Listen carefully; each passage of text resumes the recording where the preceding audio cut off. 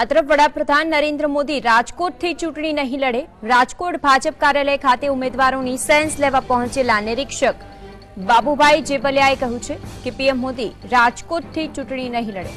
રાજકોટ બેઠક માટે ઘણા સક્ષમ દાવેદારો છે, જો કે નિરીક્ષક નરહરી અમીનનું કહેવું છે કે ક્યાંથી ચૂંટણી લડવી તે અંગે નરેન્દ્ર મોદી નિર્ણય લેશે, પરંતુ જો તેઓ રાજકોટથી ચૂંટણી લડે તો રાજકોટ સહિત સમગ્ર સૌરાષ્ટ્રને ફાયદો થશે।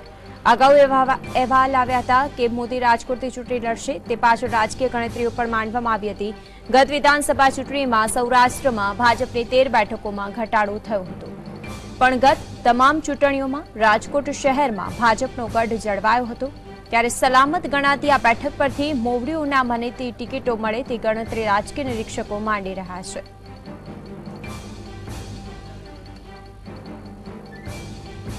નરેન્દ્રભાઈ મોદી એ પક્ષના વડા છે અને એમને પોતાને નક્કી કરવાનું છે, એટલે જ્યાંથી પણ એમને લડવું હોય લડી શકે છે।